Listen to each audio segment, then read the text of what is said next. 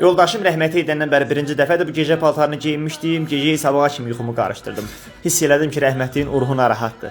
Dedim daha durum bir halva çalayım, nə qarayım. Atalar yaxşı deyib, alma məzlumun ahını çıxar şayəstə. Dünən qudamgilin ventilyatorla məzələnəndən sonra sabah gördüm ki, öz kondisionerimiz işləmir. Gəlinimi qapının ağzına qırağa tələyəndən sonra gedirəm özümə kondisionerli bir yer axtarmağa. Elə məhəlləmizdə o marketi görən kimi özümü verirəm içəri. Sən demə burada da iyulun 30-undan avqustun 12-sinə kimi dondurma festivalı var imiş.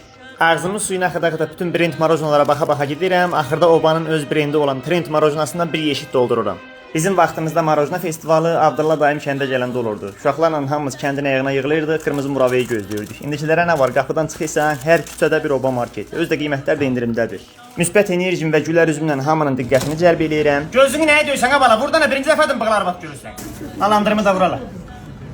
Ağzım sən də bir anda durdun, zubatsız ki yoxşusan özündə. Marketdən çıxandan sonra yadım gəldi ki, o vaxt görbagör bundan icazəsiz marketə gəlmişdi deyə mənim mitilimi atmışdı.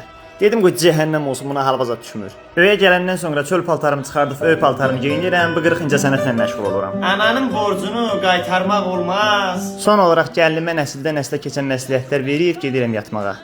Bunu da yadından çıxartma. Gəlin öy süpürgəsidir. Yaxşımı? Gecəniz xeyrə qalsın, öpürəm sizi.